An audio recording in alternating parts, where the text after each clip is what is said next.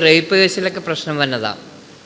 Rape കേസിലുള്ള അതിൻ്റെ ഒരു കംപ്ലൈൻറ്റും ഒരു സ്റ്റേറ്റ്മെൻറ്റും തമ്മിൽ ഡിഫറൻഷ്യേറ്റ് ചെയ്യുന്നത് ഇതിനകത്താണ് പറയുന്നത്. സെക്ഷൻ 8 കംപ്ലൈൻ്റ് ആണെങ്കിൽ അത് റെലവൻ്റ് ആണ്, സ്റ്റേറ്റ്മെൻ്റ് ആകുമ്പോൾ അത് റെലവൻ്റ് അല്ല എന്ന് വരും.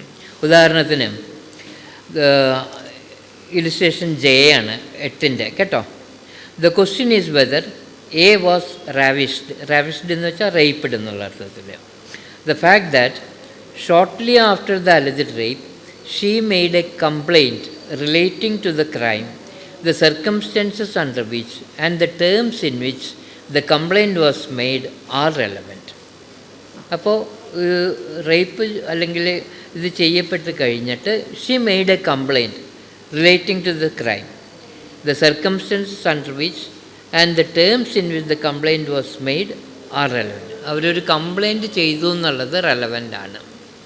അപ്പോൾ കംപ്ലൈൻറ്റും ഒരു സ്റ്റേറ്റ്മെൻറ്റും തമ്മിൽ അടുത്തതിൽ അതിൻ്റെ അടുത്ത sentence, the fact that without making a complaint she said that she had been ravished is not relevant as conduct under this section. അപ്പോൾ ഈ സെക്ഷനിൽ കോണ്ടക്റ്റ് റെലവൻ്റ് ആവണമെങ്കിൽ conduct should be statement should be conduct should be accompanied by some statement എന്നുള്ളതാണ്. ഈ statement വെറുതെ ഒരു statement പറഞ്ഞ് പലപ്പോഴും ഈ റേപ്പ് കേസിൽ അത് കഴിഞ്ഞിട്ട് ഈ കുട്ടി അല്ലെങ്കിൽ ആ വിക്റ്റിം അവർ ബാക്കിയുള്ളവരോട് പറഞ്ഞിട്ട് വരുമ്പോൾ ശരിക്കും പറഞ്ഞാൽ അത് ഇതായി ഹിയർസ് എവിഡൻസായി. പക്ഷേ അതൊരു കംപ്ലൈൻറ്റിൻ്റെ രീതിയിലാണെങ്കിൽ അത് കോണ്ടാക്റ്റ് ആയിട്ട് വരും എന്നാണ് പറയുന്നത്. She made a complaint regarding the incident that is relevant under section 8. But without making a complaint she made a statement എന്നാണെങ്കിൽ that is not relevant. That will be relevant. പിന്നെ സെക്ഷൻ 82 മരിച്ചു കഴിഞ്ഞാൽ ഇതായിട്ടും 157 കൊറോബറേഷനായിട്ട് വരും. ഏതായാലും സെക്ഷൻ 8 പരിധിയിൽ ഒരു സംഭവം നടന്നു കഴിഞ്ഞിട്ട് അതിനെക്കുറിച്ച് ഒരു കംപ്ലൈൻറ്റ് പറയുകയാണെങ്കിൽ അത് കോണ്ടാക്റ്റ് കപ്പിൾഡ് വിത്ത് സ്റ്റേറ്റ്മെൻ്റ് ആണ്, അത് റെലവൻ്റ് ആണ്. വെറും ഒരു സ്റ്റേറ്റ്മെൻ്റ് ആണെങ്കിൽ റെലവൻ്റ് അല്ല. തൽക്കാലം ഇങ്ങനെ മനസ്സിലാക്കിയാൽ മതി.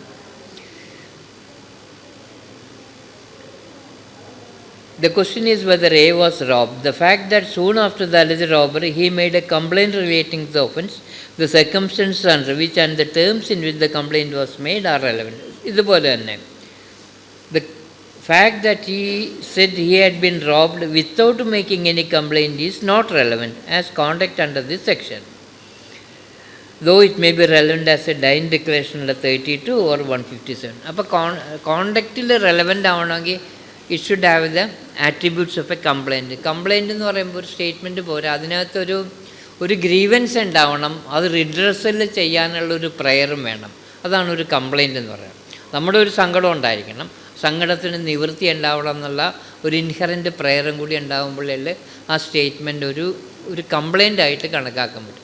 കംപ്ലൈൻ്റ് ആയിട്ട് കണക്കാക്കാൻ പറ്റുകയാണെങ്കിൽ ദാറ്റ് ബിക്കംസ് റെലവൻറ്റ്. ഇപ്പോൾ പ്രോസിക്യൂട്ടർമാരുടെ ജോലി കിട്ടി നമ്മൾ ഈ കുട്ടീനെ വിസ്തരിക്കുമ്പോൾ എങ്ങനെ ഈ ഒരു സ്റ്റേറ്റ്മെൻറ്റ് റെലവൻ്റ് ആക്കി കൊണ്ടുവരാമെന്നുള്ളതിൽ ഈ ആസ്പെക്റ്റ് സെക്ഷൻ 8 ഒരു കംപ്ലൈൻറ്റിൻ്റെ രൂപത്തിൽ എന്നെ ഇങ്ങനെ ചെയ്തു, എനിക്ക് ആ വിഷമമുണ്ടെന്ന് പറയുമ്പോൾ ആ ഒരു സ്റ്റേറ്റ്മെൻറ്റ് കംപ്ലൈൻറ്റിൻ്റെ രൂപമായത് that becomes relevant under section 8.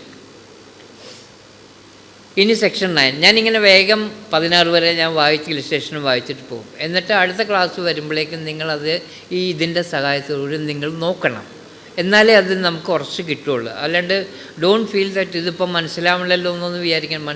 ആദ്യത്തെ ഇതിൽ മനസ്സിലാവാൻ വലിയ പാടാണ്. എന്നാലും ഒന്ന് ഇൻട്രൊഡ്യൂസ് ചെയ്യുക എന്നുള്ളൊരു ഇതേ പറ്റുള്ളൂ. ഇപ്പോൾ സെക്ഷൻ 9 ഇമ്പോർട്ടൻ്റ് ആണ്. സെക്ഷൻ 9 നമ്മൾ ഈ ഐഡൻറ്റിഫിക്കേഷൻ കംപ്ലീറ്റ് വന്നത്. ഐഡൻറ്റിഫിക്കേഷൻ പരേഡ് എന്നൊക്കെ കേട്ടിട്ടില്ലേ? ഐഡൻറ്റിഫിക്കേഷൻ പരേഡ് പ്രതികളെ അറിയാത്ത പ്രതികളാണെന്നുണ്ടെങ്കിൽ പ്രതികളുടെ അടയാളങ്ങൾ പറഞ്ഞു കൊടുത്താൽ അവരെ ഐഡൻറ്റിഫിക്കേഷൻ പരേഡ് നടത്തും. ഐഡൻറ്റിഫിക്കേഷൻ പരേഡ് നടത്തുന്നതും പോലീസുകാർ പ്രതിയെ കണ്ട് ചൂണ്ടിക്കാണിച്ച് ഇതാണ് പ്രതിയെന്ന് പറയുന്നതും തമ്മിൽ വ്യത്യാസമുണ്ട്. പോലീസുകാരെ ഇപ്പം നമ്മൾ ക്രിമിനൽ കേസ് നടത്തുമ്പോൾ നിങ്ങൾക്കറിയാം, അവർ ഈ സാക്ഷി പ്രതിയെ ചൂണ്ടിക്കാണിച്ചിട്ട് പ്രതിയാണെന്ന് തിരിച്ചറിഞ്ഞു എന്ന് പറയില്ലേ, അത് ശരിക്കും അത് എവിഡൻസ് അല്ല. അതെല്ലാം ഈ CRPC പഠിക്കുമ്പോൾ 160, 161, 162 അതിന് നല്ല ഇമ്പോർട്ടൻസ് ഉള്ളതാണ്. നമ്മൾ പല കാര്യങ്ങളിലും ഉണ്ട്. ഒന്നും കൂടി പറയട്ടെ ഞാനത്. 160, 161, 162 അത് എപ്പോഴും വേണ്ടി വരുന്ന 160ലാണ് ഇൻവെസ്റ്റിഗേറ്റിംഗ് ഓഫീസർക്ക് ഈ കേസിൻ്റെ സംഗതികളുണ്ട് any person acquainted with the facts and circumstances of the case ആയിട്ടുള്ള ആൾക്കാരെ ചോദ്യം ചെയ്യാനുള്ള പവർ കിട്ടണം. 160 പഴയ CRPC 160 പ്രകാരം അവർ വന്ന് മൊഴി കൊടുക്കുമ്പോൾ അത് എഴുതിയെടുക്കുന്നതാണ് 161 സ്റ്റേറ്റ്മെൻറ്റ്. നമ്മൾ ചാർജിൻ്റെ കോപ്പി കിട്ടുമ്പോൾ സാക്ഷി മൊഴി എന്നും പറഞ്ഞ് കിട്ടുന്ന സാധനമില്ലേ, അതെല്ലാം ഈ 161 സ്റ്റേറ്റ്മെൻറ്റാണ്. ഈ 161 സ്റ്റേറ്റ്മെൻറ്റ് എങ്ങനെ ഉപയോഗിക്കണം എന്നുള്ളത് 162 CRPCയിലാണ് പറയണം. അതിൽ 2 നിബന്ധനകളുണ്ട്. ആദ്യത്തത് ഇറ്റ്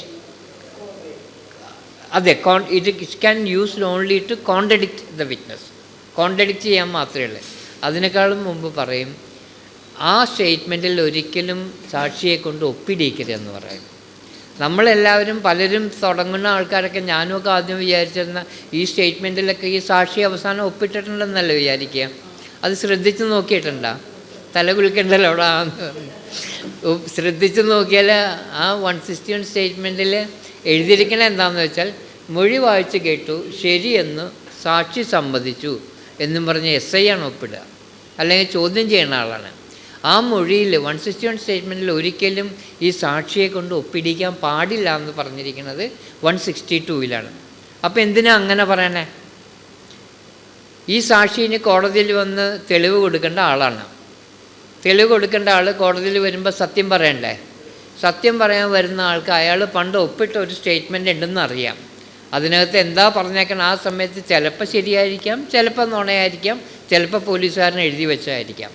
അങ്ങനെ ഒരു സ്റ്റേറ്റ്മെൻ്റ് ഉണ്ടെങ്കിൽ, ഒപ്പിട്ട് പോയൊരു സ്റ്റേറ്റ്മെൻ്റ് ഉണ്ടെങ്കിൽ ആർക്കാണെങ്കിലും അതനുസരിച്ച് പറയാനല്ലേ തോന്നൂ.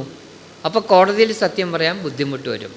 അപ്പോൾ കോടതിയിൽ സത്യം പറയുന്നതിന് വേണ്ടിയുള്ളൊരു പ്രിക്കോഷനാണ് പോലീസുകാർ എഴുതിയെടുക്കുന്ന ഈ സ്റ്റേറ്റ്മെൻറ്റിൽ ഒരിക്കലും ആ സാക്ഷിയെ കൊണ്ട് ഒപ്പിടിക്കരുതെന്ന് പറയുന്നത്. അതാണ് ആദ്യത്തേത്. നമ്മളെല്ലാവരും ധരിച്ചിരുന്നതും ഇപ്പോഴാണ് മാറിയത്. ഇതിൻ്റെ അടിയിൽ സാക്ഷി തന്നെ ഒപ്പിട്ടത്, സാക്ഷിയല്ല ഒപ്പിട്ടിരിക്കുന്നത്. മൊഴി വായിച്ച് കേട്ട് ശരിയെന്ന് സാക്ഷി സമ്മതിച്ചു എന്നും പറഞ്ഞാൽ പോലീസുകാരനായിരിക്കും എഴുതി ഒപ്പിട്ടേക്കണം. രണ്ടാമത്തത്, this can only be use to contradict the witness. സാക്ഷിനെ കോൺട്രഡിക്റ്റ് ചെയ്യാൻ വേണ്ടി മാത്രമേ പാടുള്ളൂ. എക്സെപ്ഷൻ 27 വരും, അത് പിന്നെ പോവാം.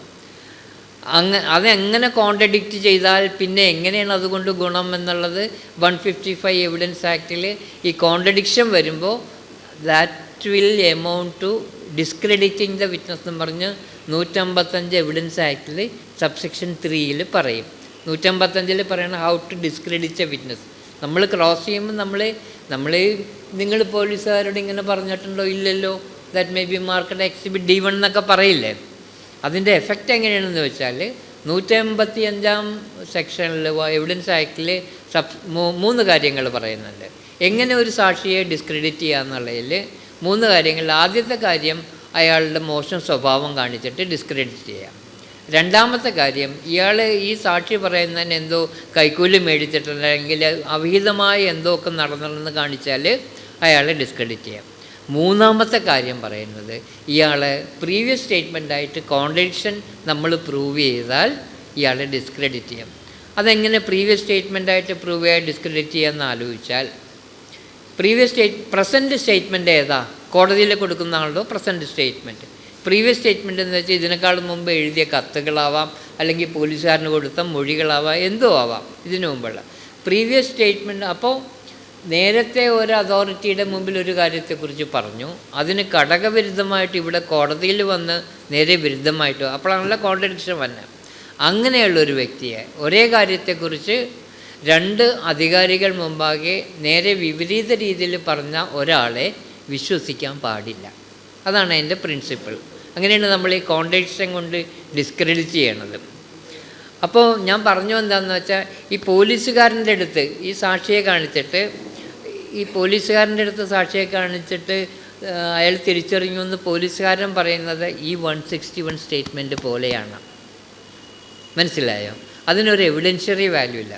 പോലീസുകാരൻ്റെ അടുത്ത് പറയുന്നതിന് എവിഡൻഷ്യറി വാല്യൂ ഇല്ല. ഇപ്പോൾ ഒരു കൊലപാതകം നടന്നിട്ട് ഇയാൾ കൊണ്ട് പലപ്പോഴും അവർ വാക്കത്തി പ്രതി സ്റ്റേഷനിൽ കൊണ്ടുവന്ന് ഹാജരാക്കി തന്നു എന്നൊക്കെ പറയും. അതിന് എവിഡൻഷ്യറി വാല്യൂ ഇല്ല. അത് 161 സ്റ്റേറ്റ്മെൻറ്റ് പോലെ തന്നെയാണ്. ഈ കൊടുക്കുമ്പോൾ ഇതാ വാക്കത്തി എന്ന് പറയുന്ന പോലെയാണത്. അല്ലാണ്ട് ഒളിച്ചു വെച്ച സ്ഥലത്ത് നിന്ന് എടുത്ത് കാണിച്ചു കൊടുക്കുകയും പിന്നീട് അത് കേസിന് ബന്ധപ്പെട്ടാണെന്ന് വരുന്നത് അത് വ്യത്യസ്തമാണ്. ഈ പോലീസുകാരൻ്റെ അടുത്ത് നേരിട്ട് കൊടുക്കുന്ന വഴി. അതുപോലെ തന്നെയാണ് ഈ ഒരാളെ കാണിച്ചിട്ട് ഈ സാക്ഷിനെ കണ്ട് തിരിച്ചറിഞ്ഞു എന്ന് പറയുമ്പോൾ അതിന് എവിഡൻഷ്യറി വാല്യൂ ഇല്ല. എന്താണെന്ന് വെച്ചാൽ അത് 161 സ്റ്റേറ്റ്മെൻറ്റ് പോലെയാണ്. പലപ്പോഴും നമുക്ക് വിസ്തരിക്കുമ്പോൾ ഇത് ആവശ്യം വരും. സാക്ഷിയെ കണ്ട് തിരിച്ചറിഞ്ഞു എന്നൊക്കെ പറയും, എവിഡൻഷ്യറി വാല്യൂ. പിന്നെ എന്തിനാണ് എവിഡൻഷ്യറി വാല്യൂ ഉള്ളതെന്ന് ചോദിച്ചാൽ മജിസ്ട്രേറ്റ് ഐഡൻറ്റിഫിക്കേഷൻ പരേഡ് നടത്തണം. ഐഡൻറ്റിഫിക്കേഷൻ പരേഡിനെ കുറിച്ചൊക്കെ ഒരേ രീതിയിലുള്ള ആൾക്കാരെ നിർത്തിയിട്ട് അവർക്ക് എന്തെങ്കിലും ആർക്കെങ്കിലും മറുകക്കുണ്ടെങ്കിൽ ആ മറുകക്കെല്ലാം ഒരേപോലെ മറച്ചു വെക്കണം. അങ്ങനെയൊക്കെയാണ്. എന്നിട്ട് കുറേ ആൾക്കാരെ നിർത്തിയിട്ട് അതിൽ നിന്ന് പ്രതി ആരാണെന്ന് ഈ സാക്ഷി കണ്ടുപിടിക്കുക. അങ്ങനെയാണ് ഐഡൻറ്റിഫിക്കേഷൻ നടത്തേണ്ടത്. അതിന് കുറേ പ്രോസസ്സൊക്കെ ഉണ്ട്. ഈ സെക്ഷൻ 9 ഈ ഐഡൻറ്റിഫിക്കേഷൻ എല്ലാം വരും. അങ്ങനെ പറഞ്ഞു വന്നപ്പോൾ ഞാൻ പറഞ്ഞതാണ്. ശരിക്കും പ്രോപ്പർ ഐഡൻറ്റിഫിക്കേഷൻ എന്ന് പറഞ്ഞാൽ ഐഡൻറ്റിഫിക്കേഷൻ ഇൻ ദ കോർട്ടാണ്. എക്സാമിൻ്റെ ഇതിനകത്തൊക്കെ വരും. കോടതിയിൽ വന്നിട്ട് നിൽക്കുന്ന ആളാണ് ഈ കേസിലെ കൃതി എന്ന് കോടതിയിൽ വെച്ച് പറയുമ്പോഴേ ഐഡൻറ്റിഫിക്കേഷൻ കംപ്ലീറ്റ് ആവുകയുള്ളൂ. ഐഡൻറ്റിഫിക്കേഷൻ പരേഡ് നടത്തിയിട്ടുണ്ടെങ്കിൽ അത് കൊറോബറേറ്റീവ് എവിഡൻസാണ്. ഇനിയിപ്പോൾ നമ്മൾ പഠിക്കുമ്പോൾ ഈ സബ്സ്റ്റാൻറ്റീവ് എവിഡൻസും കൊറോബറേറ്റീവ് എവിഡൻസ് എന്നും പറഞ്ഞൊരു സാധനം വരും. സബ്സ്റ്റാൻറ്റീവ് എവിഡൻസ് എന്ന് വെച്ചാൽ കാതലായ എവിഡൻസ്, കോടതിയിൽ സാക്ഷി വന്നിട്ട് പറയുന്ന കാതലായ എവിഡൻസ്, അതാണ് സബ്സ്റ്റാൻറ്റീവ് എവിഡൻസ്. FI സ്റ്റേറ്റ്മെൻറ്റ് നമ്മൾ പണ്ട് കൊടുത്തല്ലേ, എല്ലാത്തിനും ശേഷം അവസാനം പ്രോസിക്യൂട്ടർ ചോദിക്കുകയുള്ളൂ നിങ്ങൾ ആ കാര്യത്തിൻ്റെ ഒരു മൊഴി കൊടുത്തല്ലോ അതല്ലേ ഒപ്പിട്ടതെന്ന് പറഞ്ഞ് മാർക്ക് ചെയ്യില്ലേ. അത് മാർക്ക് ചെയ്യുമ്പോൾ ആ മൊഴി ഈ കാതലായ മൊഴിയെ സഹായിക്കും, കൊറോബറേറ്റ് ചെയ്യും. അതാണ് കൊറോബറേറ്റീവ് പീസ് ഓഫ് എവിഡൻസ്. ഒരു സബ്സ്റ്റാൻറ്റീവ് പീസ് ഓഫ് എവിഡൻസ് ഉണ്ടെങ്കിൽ അതിനെ സഹായിക്കാൻ വരുന്നതാണ് കൊറോബറേറ്റീവ് പീസ് ഓഫ് എവിഡൻസ് എന്ന് പറയുന്നത്. Facts necessary to explain or introduce relevant facts. ഇപ്പോൾ ഒരു കേസ് തുടങ്ങുമ്പോൾ നമ്മൾ സാക്ഷികളെ വിസ്തരിക്കുമ്പോൾ ആദ്യം അത് പ്ലേയിലേക്ക് വരുന്നത് ഈ സെക്ഷൻ 9 ആണ്. എന്താ നിങ്ങളുടെ ജോലി എന്നൊക്കെ പറഞ്ഞ് നമ്മൾ തുടങ്ങില്ലേ ഈ കേസിൽ എന്താ സംഭവം എന്നൊക്കെ പറഞ്ഞ് അയാളുടെ എക്സ്പ്ലെയിൻ ചെയ്ത് അല്ലെങ്കിൽ അയാളെ ഇൻട്രൊഡ്യൂസ് ചെയ്യണം, അല്ലെങ്കിൽ ഒരു വസ്തുത ഇൻട്രൊഡ്യൂസ് ചെയ്യണം. എല്ലാം സെക്ഷൻ 9 പ്രകാരം. Facts necessary to explain or introduce a fact in issue or relevant fact, or which support or rebut an inference suggested by a fact in issue or relevant fact, or which establish the identity of anything or person whose identity is relevant. ആ കത്തിയാണ് ഈ കത്തി എന്നൊക്കെ പറയില്ലേ, അതെല്ലാം section 9 വരുന്നതാണ്. Or fix the time or place at which any fact in issue or relevant fact happened, or which show the relation of parties by whom any such fact was transacted are relevant insofar as they are necessary for that purpose. എന്ന് വെച്ചാൽ explain ചെയ്യുക, introduce ചെയ്യുക, ഒരു വസ്തുതയെ support ചെയ്യുകയോ റിബട്ട് ചെയ്യുകയോ ചെയ്യുക. ഇപ്പോൾ abscond ചെയ്യണത് പറഞ്ഞില്ലേ സെക്ഷൻ 8 നമ്മൾ കോണ്ടാക്റ്റ്, ഒരു സംഭവം നടന്നാൽ പ്രതി അവിടെ നിന്ന് ഒളിച്ചു പോയി എന്നുള്ളത് റെലവൻ്റാണ്. അയാളുടെ contact subsequent to the incident, അയാൾ ഒളിച്ചു പോയപ്പോൾ അയാളിത് ചെയ്ത് കാണണം, അങ്ങനെ ഒരു ഇൻഫറൻസ് വരില്ലേ. അതിനെ റിബട്ട് ചെയ്യാം നമുക്ക്. അയാളങ്ങനെ ഒളിച്ചു പോയതല്ല, അയാളുടെ കുട്ടിക്ക് സുഖമില്ലാതെ അയാൾ ആ കുട്ടിയെ ഹോസ്പിറ്റലിൽ കൊണ്ടുപോകാൻ വേണ്ടി ദൂരസ്ഥലത്തേക്ക് കുട്ടിയെ കൊണ്ടുപോയതാണെന്ന് കാണിക്കാം. അപ്പോൾ ആ സെക്ഷൻ 8 പ്രകാരം ഉള്ള ഒരു ഇൻഫറൻസ് ഉണ്ട്, അബ്സ്കോണ്ട് ചെയ്തതാണെന്നുള്ളതിനെ റിബട്ട് ചെയ്യാനുള്ള എവിഡൻസ് നമുക്ക് സെക്ഷൻ 9 പ്രകാരം കൊടുക്കാം. അതാണ് ഇതിനകത്ത് പറയണം. Rebut an inference suggested by a fact in issue or relevant, or which establish the identity of anything or person whose identity is relevant, or fix the time or place at which. അപ്പം തുടങ്ങിയുള്ള identification of place, identification of thing, സമയം, സ്ഥലം, ഇതിനെല്ലാം introduce ചെയ്യുക, explain ചെയ്യുക, ഇതെല്ലാം section 9 ആപ്ലിക്കബിളാണ്.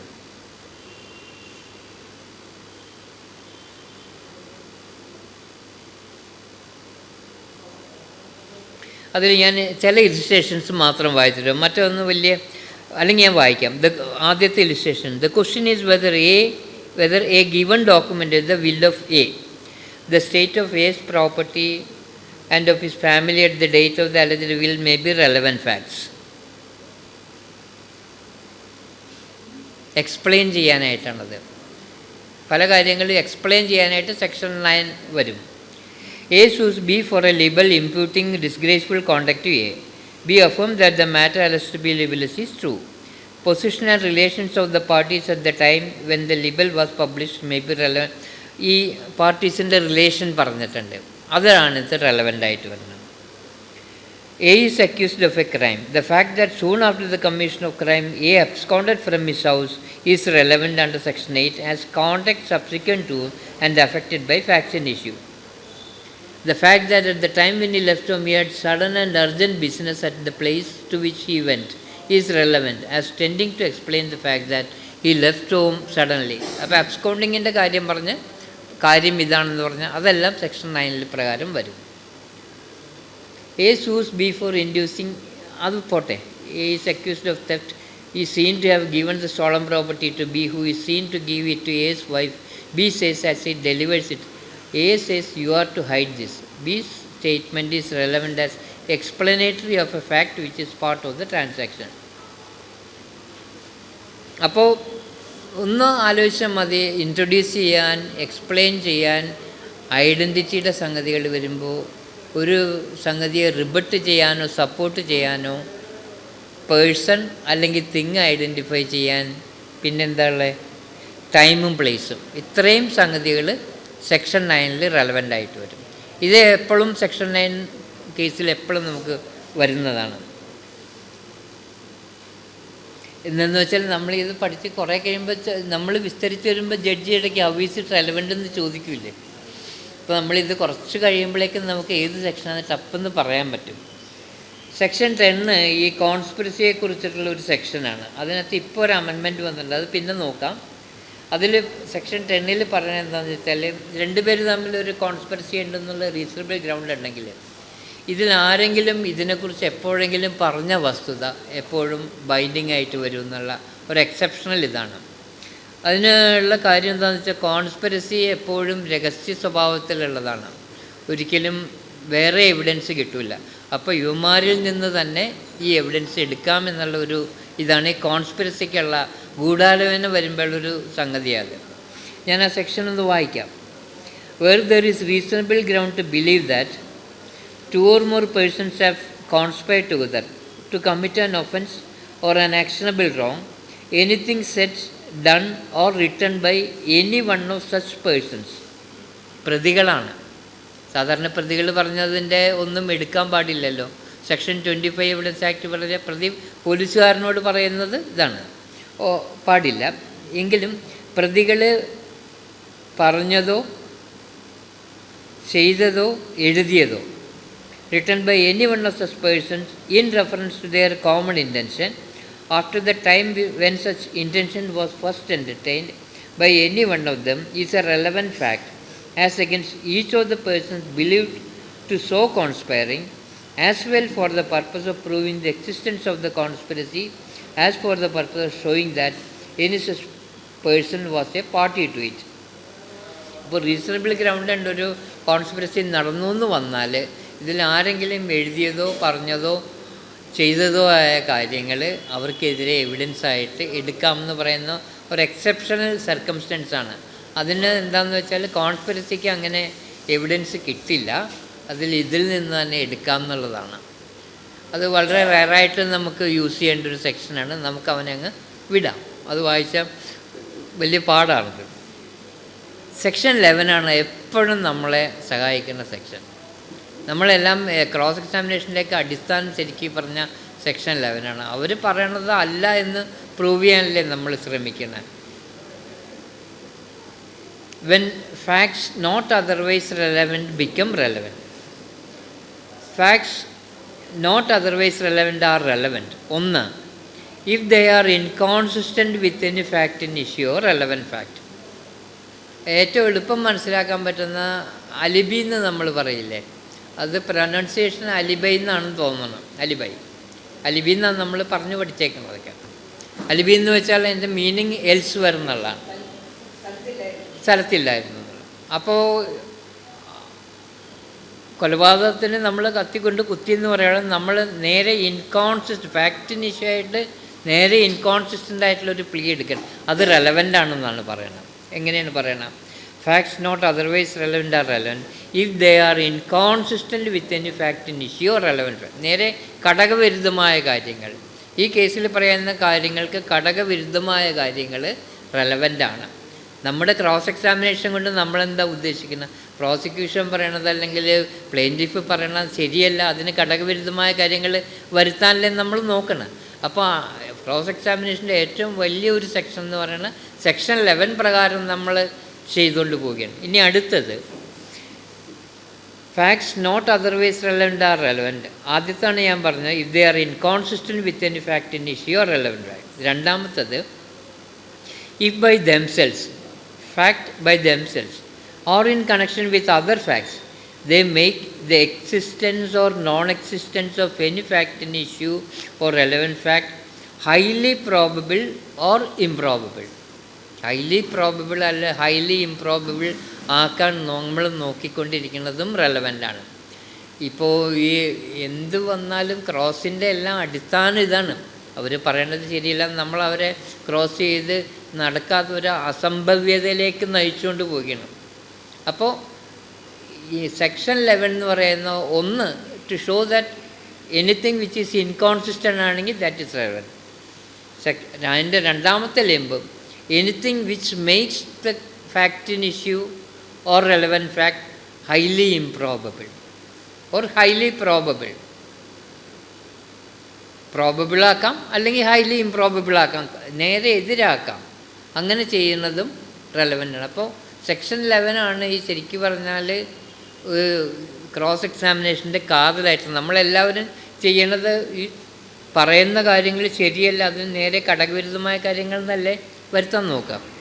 അപ്പോൾ ഏത് സെക്ഷൻ വന്നാലും നമ്മൾ ചോദിക്കുമ്പോൾ അണ്ടർ വിച്ച് സെക്ഷൻ എന്ന് ചോദിച്ചാൽ നമുക്ക് ഒരുമാതിരി കറക്കി തിരിച്ച് സെക്ഷൻ 11 എന്ന് വേണമെങ്കിൽ പറഞ്ഞ് നിൽക്കാം. അത് പറയുന്ന അടിസ്ഥാനപരമായിട്ട് അവർ തെറ്റാണ്, അതിനെതിരായിട്ടുള്ള സാധനം നമ്മൾ കൊണ്ടുവരാൻ നോക്കണമെന്ന് പറയാം. The question is whether A committed a crime at Calcutta on a certain day. The fact that on that day A was at Lahore is relevant. The fact that near the time when the crime was committed, A was at a distance from the place where it was committed, which would render it highly improbable, though not impossible, that he committed it is relevant. അത് ആ രണ്ടാമത്തെ ലിമ്പിലേക്ക് വരുന്നതാണ്. എന്ന് വെച്ചാൽ ഈ അലിബി prove ചെയ്യുമ്പോൾ വേറൊരു ബുദ്ധിമുട്ടുണ്ട്. അലിബി പ്രൂവ് ചെയ്യുമ്പോൾ നമ്മളതെങ്ങാനും പാളിപ്പോയാൽ അത് തിരിച്ചു കൊത്തുന്നത്. അതാണ് അലിബി പ്രൂവ് ചെയ്യുമ്പോൾ you should prove it to the hilt. ഇപ്പോൾ എങ്ങാനും അതിൽ വരാനുള്ളൊരു സമയം ഉണ്ടായിരുന്നു എന്ന് വന്നാൽ ഈ സംഗതി പോകും. അലിബിക്ക് അങ്ങനെ ഒരു ഡിഫൻസ് ഉണ്ട്. പക്ഷേ ഇംഗ്ലീഷ് ലോയിൽ ഇപ്പം ഞാൻ നോക്കിയപ്പോഴേക്കും അലിബി നമ്മളൊരു ഡിഫൻസ് എടുക്കുകയാണെങ്കിൽ നമ്മൾ വിസ്താരത്തിന് മുമ്പ് പ്രോസിക്യൂഷൻ അത് ഇൻഫോം ചെയ്യണം. അങ്ങനെയുണ്ട് ഇംഗ്ലീഷ് ലോയിൽ. ആ ഡിഫൻസാണ് നമ്മൾ എടുക്കണം നമ്മൾ അലിബി ഉണ്ടെങ്കിൽ. ബിക്കോസ് അതറിഞ്ഞാലേ അവർക്ക് അതനുസരിച്ച് കൊണ്ടുവരാൻ പറ്റുള്ളൂ, അവരുടെ എവിഡൻസ് കൊണ്ടുവരാൻ. അങ്ങനെ ഒരു സംഗതി കണ്ടു ഇംഗ്ലീഷ് ലോയിൽ, അങ്ങനെ ഉണ്ടെന്ന് പറഞ്ഞു. അപ്പോൾ സെക്ഷൻ 11 എന്ന് പറയുമ്പോൾ അത് ഓർക്കാനായിട്ട് നമ്മൾ അലിബി എന്ന് ഓർത്താൽ പെട്ടെന്ന് കിട്ടും.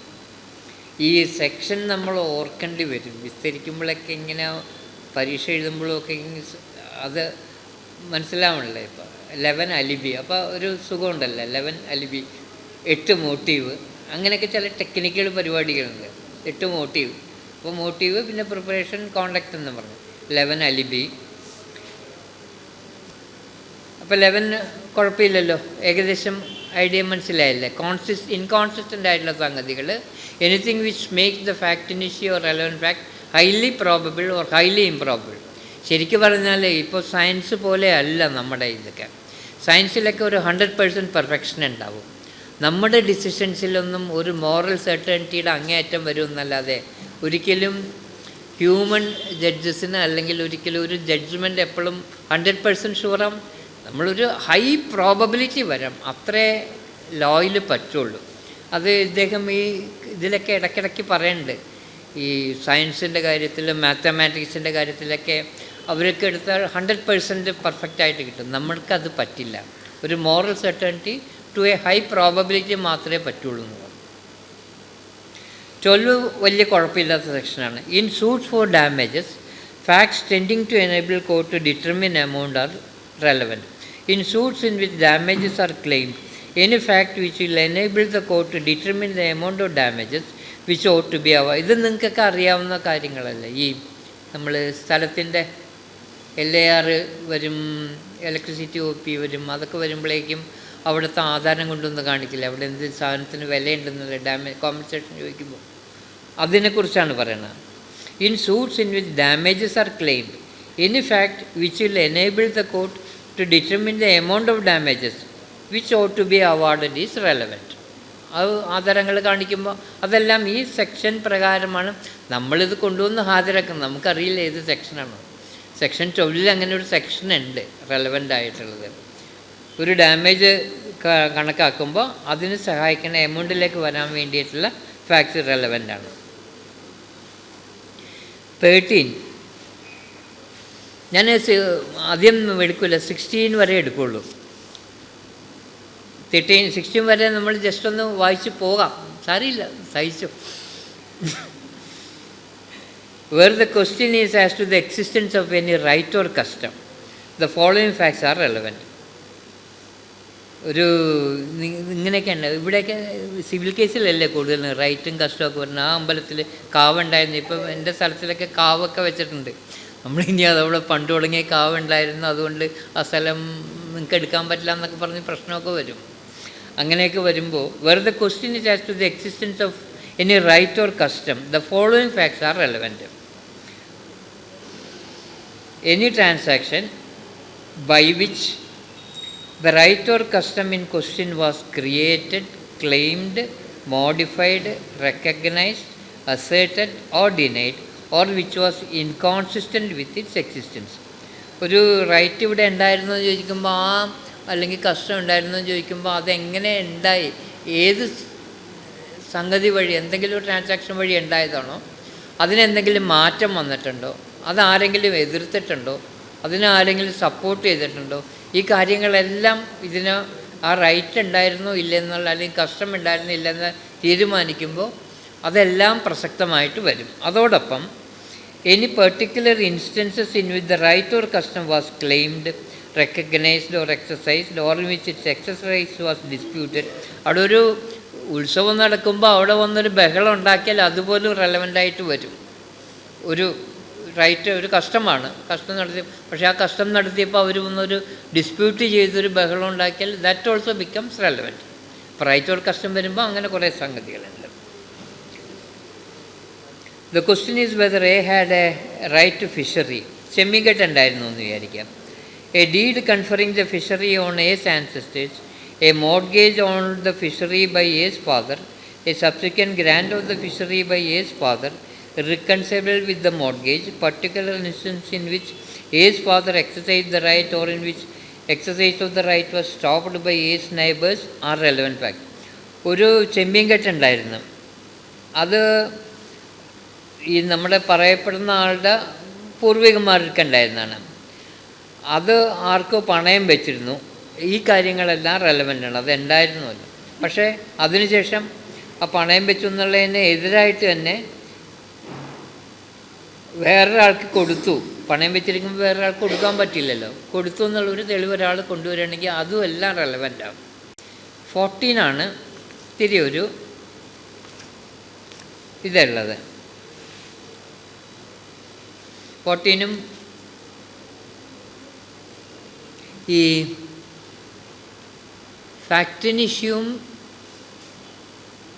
റെലവൻറ്റ് ഫാക്റ്റും തമ്മിലുള്ള വ്യത്യാസം ഏകദേശം മനസ്സിലായിട്ടുണ്ട്. ഫാക്റ്റിന് ഇഷ്യൂ എന്ന് വെച്ചാൽ കേസിലെ ഏറ്റവും പ്രധാനപ്പെട്ട വസ്തുതകൾ.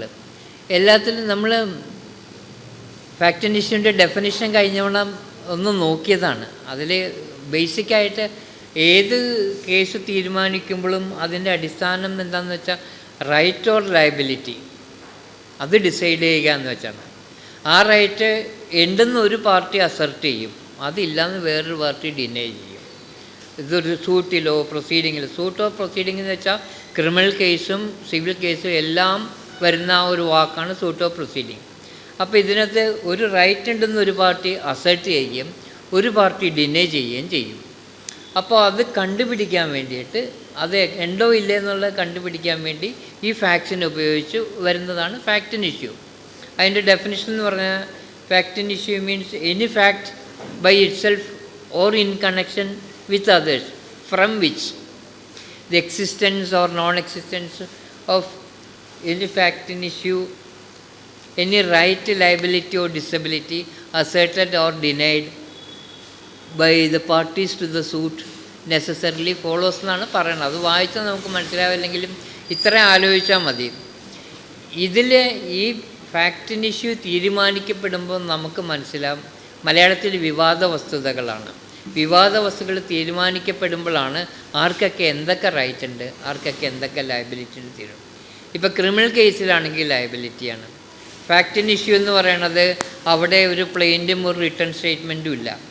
അവിടെയുള്ളത് ഒരു കുറ്റപത്രമുണ്ട്, ചോദിക്കും നിങ്ങൾ കുറ്റം ചെയ്തിട്ടുണ്ടോ എന്ന് ചോദിക്കുമ്പോൾ ഇല്ല എന്ന് പറയും, അത് ഡിനയലുണ്ട്. പിന്നെ അവിടെ ഫാക്ട് ഇൻ ഇഷ്യൂ എന്ന് പറയുന്നത് ഏത് കുറ്റമാണോ ആരോപിക്കപ്പെട്ടിട്ടുള്ളത് അതിനകത്ത് ഏറ്റവും പ്രധാനപ്പെട്ട ഇൻഗ്രീഡിയൻസ് അതാണ് അവിടെ പ്രൂവ് ചെയ്യേണ്ടത്. അത് തീരുമാനിക്കാനായിട്ടാണ്. അത് തീരുമാനിക്കപ്പെടുമ്പോൾ ഫാക്ട് ഇൻ ഇഷ്യൂ. അവിടെ തീരുമാനിക്കപ്പെടുന്ന ലയബിലിറ്റിയാണ്. ഇവൻ എത്ര വർഷം കിടക്കണം, ഇവന് എന്തൊക്കെ ലയബിളാണ്, ഫൈൻ കൊടുക്കണോ വേണ്ടെന്നുള്ളത്.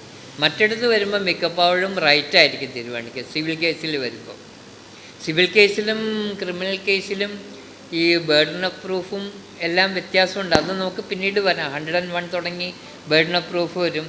സിവിൽ കേസിൽ പ്രീപോണ്ടറൻസ് ഓഫ് പ്രോബബിലിറ്റി മതി, മറ്റതിൽ ബിയോണ്ട് റീസണബിൾ ഡൗട്ട് വേണം. പ്രീപോണ്ടറൻസ് ഓഫ് പ്രോബബിലിറ്റി എന്ന് വെച്ചാൽ നമുക്ക് മനസ്സിലാക്കാൻ എളുപ്പമായിട്ട് if there are more than one probability which is more probably right, ഇത്ര ആലോചിച്ചാൽ മതി. ഒന്നിൽ കൂടുതൽ പ്രോബബിലിറ്റി ഉണ്ട്, സംഭവിക്കാൻ സാധ്യതയുള്ള 2-3 കാര്യങ്ങളുണ്ട്. ഏതാണ് കൂടുതൽ സംഭവിക്കാൻ സാധ്യത നോക്കണം, അതാണ് പ്രീപോണ്ടറൻസ് ഓഫ് പ്രോബബിലിറ്റി. ക്രിമിനൽ കേസിലെ സെൻറ്റൻസ് ഹാർഷാണ്, തൂക്കിക്കൊല്ലുക വരെ ചെയ്യാം. അതിനകത്തൊരു പ്രിസംപ്ഷൻ ഉണ്ട്, accused is innocent till is presumed to be found to be guilty. അതുകൊണ്ട് it should be beyond reasonable doubt. അതാണ് ആ ഒരു ക്ലാസിഫിക്കേഷൻ വന്നത്. ഇതൊന്നും എവിഡൻസ് ആക്റ്റിൽ പറഞ്ഞിട്ടില്ല. ഇത് ബേസിക്കായിട്ട് നമ്മൾ പണ്ട് തുടങ്ങി നമ്മൾ കാത്തു സൂക്ഷിച്ചു വരുന്ന കുറേ മൂല്യങ്ങളാണിത്. സെക്ഷൻ 14 വരാം. Facts showing existence of state of mind or body or bodily feeling.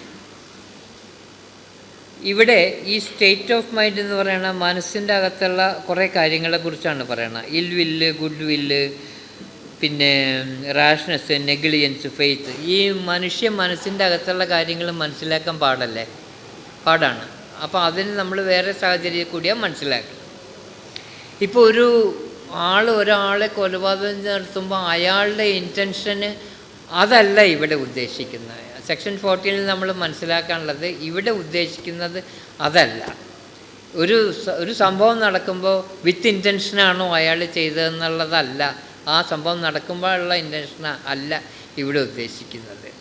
പല കേസുകളിലും എല്ലാം വന്നു കഴിഞ്ഞിട്ട് പിന്നീട് അയാൾക്ക് ഇൻറ്റൻഷൻ ഉണ്ടായിരുന്നോ എന്നുള്ളൊരു ചോദ്യം മാത്രം അവശേഷിക്കുമ്പോൾ ഇതുപോലെയുള്ള നേരത്തെ വല്ലതും ചെയ്തിട്ടുണ്ടോ എന്ന് നോക്കാനുള്ളൊരു സ്പെഷ്യൽ സാധനമാണ് ഇത്. ഇപ്പോൾ കളവ് മുതൽ കയ്യിലുണ്ട്, പിടിച്ചിട്ടുണ്ട്. കളവ് മുതലാകുമ്പോൾ നമുക്കറിയണമെന്നില്ല കളവ് മുതലാണല്ലേ എന്നുള്ളത്.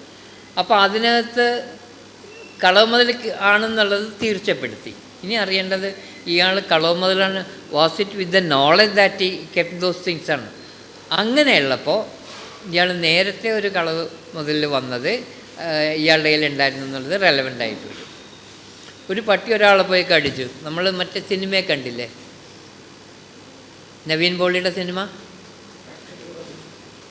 Action hero Baiju. പട്ടി കടിക്കില്ലേ, ഓപ്പൺ ചെയ്താ അതിൽ വന്ന് 324 അല്ലേ, 324 ഇട്ടു. അതൊക്കെ വായിച്ച് വന്നതല്ലേ അതിനകത്ത്.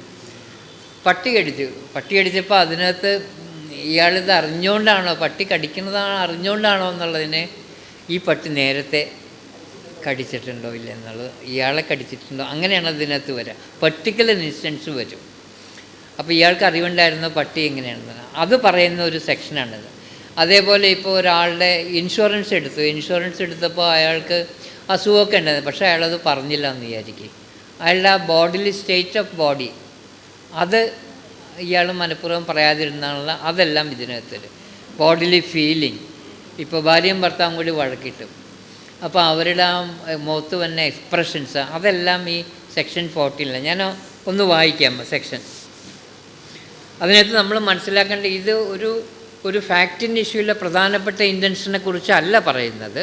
ബാക്കിയെല്ലാം വന്നിട്ട് ഇനി ഇൻറ്റൻഷൻ മാത്രം അറിയേണ്ട ഒരു ഘട്ടത്തിൽ ഇതുപോലെയുള്ള കാര്യങ്ങൾ നേരത്തെ ചെയ്തിട്ടുണ്ടോ നോക്കുന്ന ഒരു സ്പെഷ്യൽ സാഹചര്യമാണിത്. Fact showing the existence of any state of mind such as intention, knowledge, good faith, negligence, rashness, ill will or good will. ഇതിൽ ഞങ്ങൾ എങ്ങനെ അവിടെ പഠിച്ചോന്നറിയോ? IKG NRIG എന്ന് പറയും. IKG എന്ന് വെച്ചാൽ ഇൻറ്റൻഷൻ, നോളജ്, എന്താണ്, ഗുഡ് ഫെയ്ത്ത്. NRIG എന്ന് പറയുമ്പോൾ നെഗ്ലിജൻസ്, റാഷ്നെസ്, ഇൽവില്ല്, ഗുഡ് വില്ല്. IKG NRIG. അതിന് AKG എന്നുള്ളത് നമ്മൾ മാറ്റിയിട്ട് IKG എന്നാക്കും. NRIക്കാരില്ലേ, NRI, non resident Indian, അതിനൊരു ജിയും കൂടി ഇടും. അപ്പോൾ AKG NRIG. അപ്പോൾ അതിനകത്ത് ഈ സാധനമൊക്കെ വരും. ഇതൊക്കെ വെറുതെ ഒരു number. Facts showing the existence of any state of mind such as intention, knowledge, good faith, negligence, rashness, ill will or good will towards any particular person, or showing the existence of any state of body or bodily feeling are relevant when the existence of any such state of mind or body or bodily feeling is in issue or relevant. അതിനകത്ത് എക്സ്പ്ലനേഷനിലാണ് പറഞ്ഞേക്കുന്നത്. A fact relevant as showing the existence of A relevant state of mind must show that the state of mind exists not generally but in reference to the particular matter in question. ഇവന്മാരെയൊക്കെ കൊല്ലേണ്ടതാണ് എന്ന് നമ്മൾ പറയില്ലേ? ചില ആൾക്കാരൊക്കെ അവന്മാരെയൊക്കെ അടിച്ച് മുട്ടുകാൽ തല്ലി പിടിക്കുന്നതാണ്. അതേസമയം ഒരാളുടെ മുട്ടുകാൽ തല്ലി പിടിച്ചിട്ട് ഇവൻ്റെ മുട്ടുകാൽ തല്ലി പിടിക്കുന്നതാണെന്ന് ഞാൻ നേരത്തെ പറഞ്ഞാൽ അത് റെലവൻ്റാണ്. ജനറലായിട്ട് പറയണത് റെലവൻ്റല്ല. അതാണ് ഇതിനകത്തൊരു ഇത് വരുന്നത്.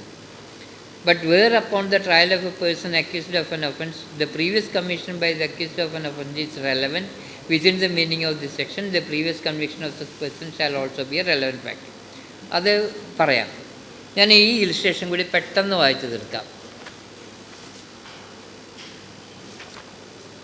വായിക്കട്ടെ. A is accused of receiving stolen goods knowing them to be stolen. It is proved that he was in possession of a particular stolen article. Fact that at the same time he was in possession of many other stolen articles is relevant as tending to show that he knew each and all of the articles of which he was in possession to be stolen. Stolen article ഉണ്ട്. അപ്പോൾ നമുക്കറിയേണ്ട അയാൾക്ക് knowledge ഉണ്ടായിരുന്നില്ല എന്നാണ്. ആ ഒരു limited ഫാക്ടിന് വേണ്ടി നേരത്തെ ഉണ്ടായിരുന്നു എന്നുള്ളത് നോക്കാം. പിന്നെ പട്ടിയെ കടിച്ച് A sues B for damage C ആണ് done by a dog of B's which B knew to be ferocious. The fact that the dog had previously bitten X, Y and Z and that they had made complaints to B are relevant.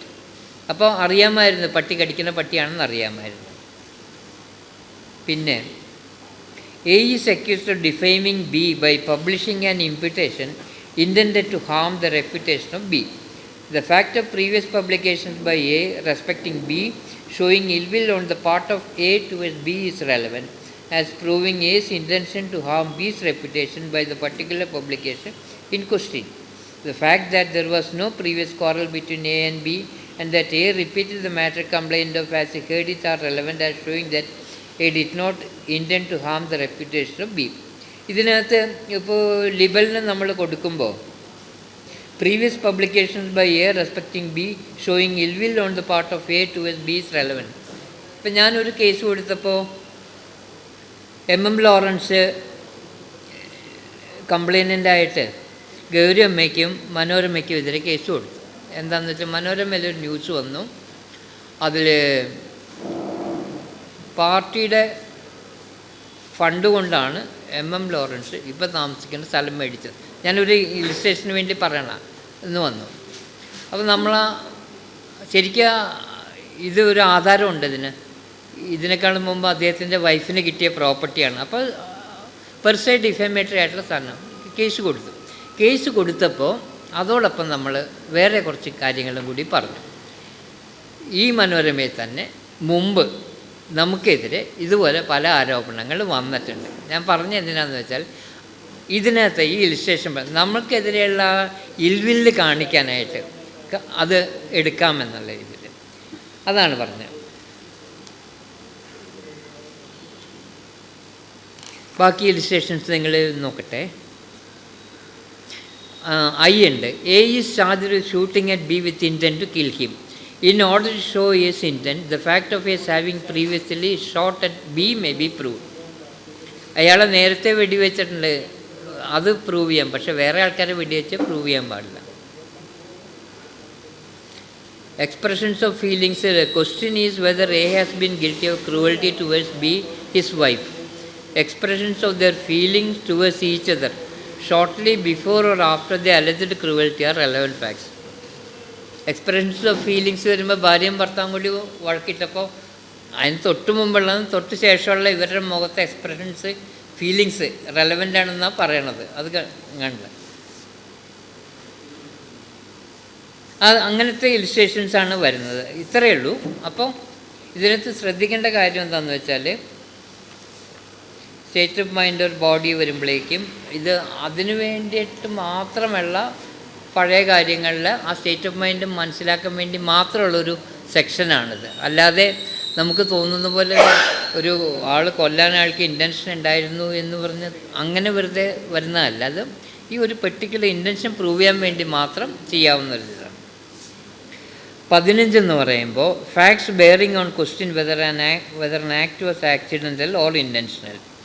When there is a question whether an act was accidental or intentional or done with a particular knowledge or intention, the fact that such act formed part of a series of similar occurrences in each of which the person doing the act was concerned is relevant. ഇതിൽ സാധാരണ വന്നത് ഇതാണ്, ഈ സ്വർണ്ണക്കടയൊക്കെ കത്തിപ്പോകില്ലേ, സ്വർണ്ണക്കട കത്തിപ്പോകില്ലേ, insurance ഉണ്ടാവും. അത് കഴിഞ്ഞ് ആ insurance തുക മേടിച്ചിട്ട് പിന്നെ വേറെ ഉണ്ടാവും, അതും കത്തിപ്പോവും. പിന്നെ അതും എടുത്തിട്ട് പിന്നെ വേറെ വരും. അപ്പോൾ അങ്ങനെ വരുമ്പോൾ ഒരു മോഡസ് ഉണ്ടാവും ഈ ഇതിന്. അങ്ങനെയുള്ള ആക്സിഡൻ്റലാണോ അല്ലേ എന്ന് കാണിക്കാനുള്ള എവിഡൻസ് കൊടുക്കാവുന്ന സെക്ഷനാണ് ഇത്.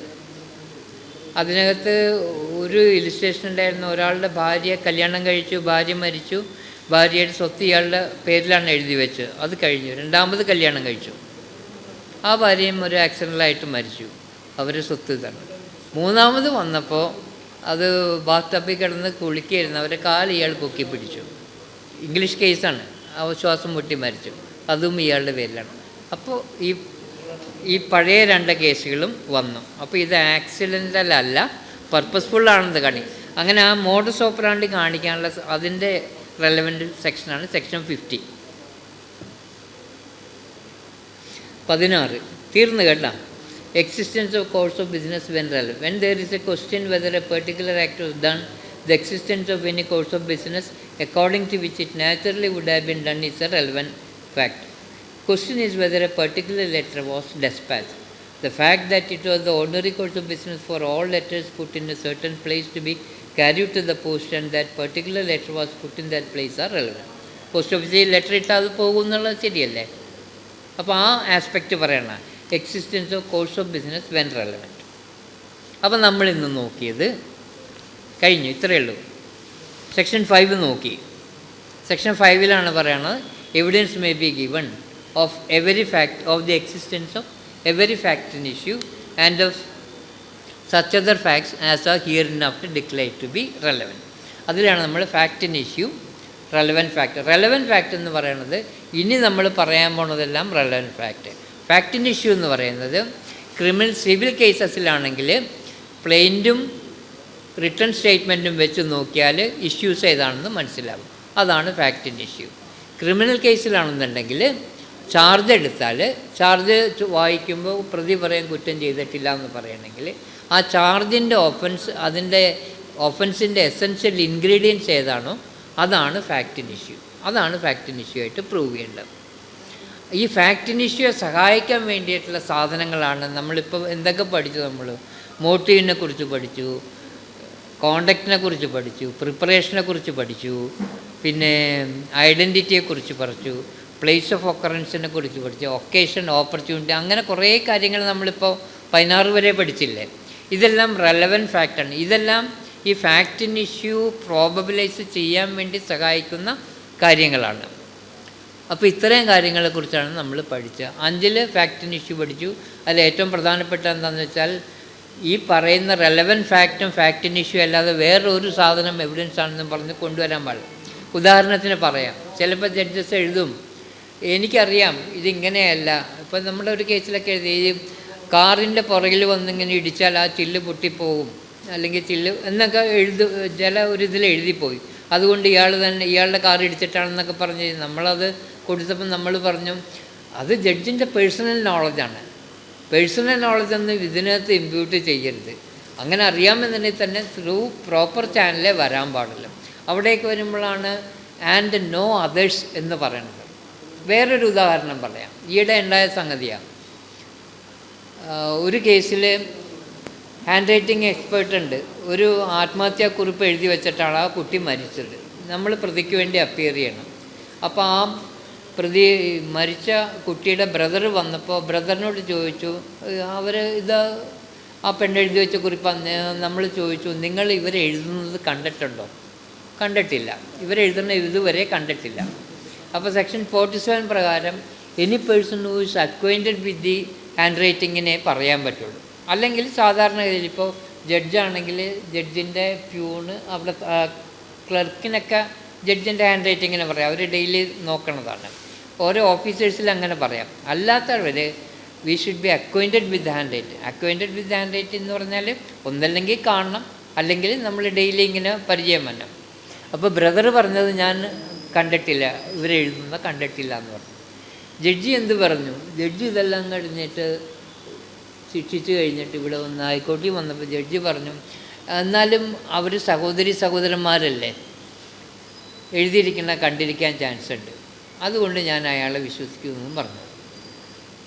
അപ്പോഴാണ് നമ്മൾ പറയണത് അങ്ങനെ പറയാൻ പാടില്ല. അത് ജഡ്ജിയുടെ ഒരു ധാരണ, സഹോദരന്മാരായിട്ട്, അതുകൊണ്ട് അവർ കൈയക്ഷരം കണ്ട്. സെക്ഷൻ പറയണത് നോ അതേഴ്സ് എന്നാണ് പറഞ്ഞേക്കുന്നത്.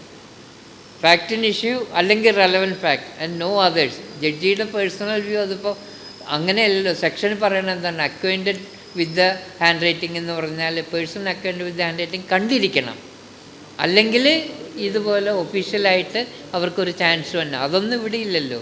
മരിച്ചുപോയ പെണ്ണിങ്ങനെ എപ്പോഴും എഴുതുമ്പോൾ കാണാമൊന്നുമില്ല. അപ്പോൾ കണ്ടിട്ടില്ല, അവർ കണ്ടിട്ടില്ല എന്നുണ്ടെങ്കിൽ പിന്നെ അത് ഹാൻഡ് റൈറ്റിംഗ് അദ്ദേഹത്തിന് മനസ്സിലായിട്ടും കണക്കാക്കാൻ പാടില്ലെന്നാണ്.